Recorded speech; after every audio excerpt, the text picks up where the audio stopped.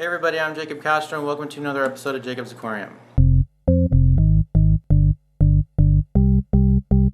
So today we went to Lowe's to get some plumbing supplies because I'm going to hook up the Multimedia Reactor to the aquarium today.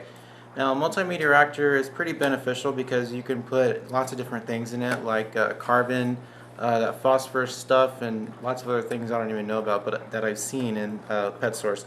So for me, I'm going to be using carbon because I want to kind of, the water is already clear as it is, but carbon takes out odors, so it kind of makes the aquarium smell a little bit better.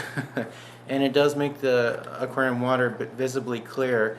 And also, it just, it's good to have a carbon filter. So this is going to sit next to the wet dry filter, and I had to buy some special plumbing supplies from Lowe's because the manufacturer that manufactured these does not make these anymore. So pretty much if you have one of these and you wanted to expand it, with different types of tubing or whatever, you have to buy your own. But Lowe's offers lots of different sizes and shapes and stuff, so luckily we were able to find them. We got 5 feet of half-inch tubing.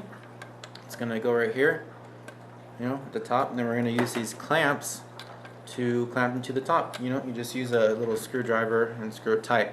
Then we're going to fill this up with carbon and also attach the Maxi Jet water pump. Pumps about 100 and some odd gallons an hour, but you can adjust the flow right here. Since this is a somewhat small container, we probably want to put this a little bit towards the low side.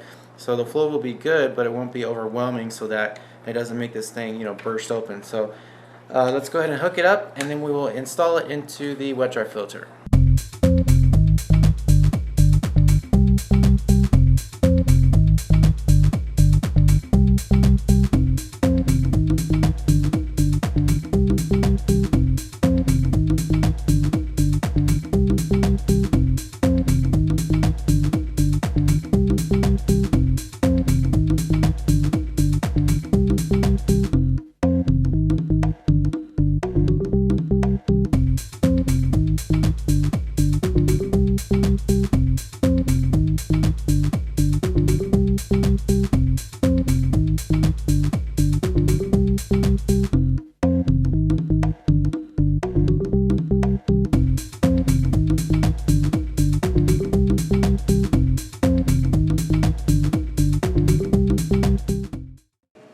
So I'm going to fill this coffee cup up with some water, and then I'm going to put it into the microwave and get it boiling hot. I'm doing this because I'm going to stick the end of the plastic tubing into the water to get it nice and soft. I'm doing this because it's kind of better and it makes it a lot easier to slide it over the intake of the water pump, and it kind of makes for a better and more secure seal on the actual inlet of the pump. So I'm going to go ahead and do that now, and then we're going to go ahead and run some water through the reactor to get everything going through there, and to kind of brush up, or well, not brush up, to kind of make everything flow through and get that nasty black stuff out of there.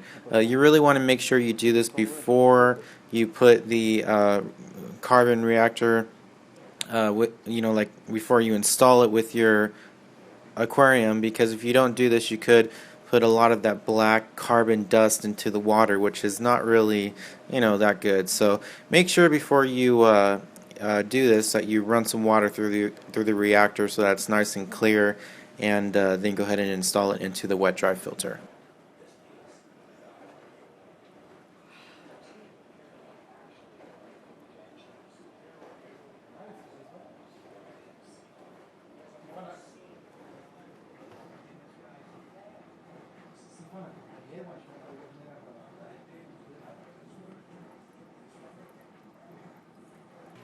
Okay, so we installed the multimedia reactor, or actually I installed it. Didn't have any. Or actually, no, my dad helped. It worked perfectly. The only thing is that the pump that I bought from Pet Solutions wasn't strong enough, so I tried using the one that actually came with the reactor, and that one worked better. So I wasted my money, but maybe I can find a use for that pump later, or sell it on eBay, whatever. But works very well. So I got really nice chemical filtration now, That's carbon in there. And I'll show you guys the output right here. Coming out really strong, which is good. And put that right there, and I tuck the hose underneath the ultraviolet sterilizer so it stays in there. And I put a little clamp right there to make sure that it stays connected. So it looks like a mess of tubing and everything, but it works very well, and the aquarium water is crystal clear. I mean, it looks invisible. It's so clear, and the fish are very happy also. So thanks for watching this episode of Jacob's Aquarium. I really appreciate it. I will see you guys next time.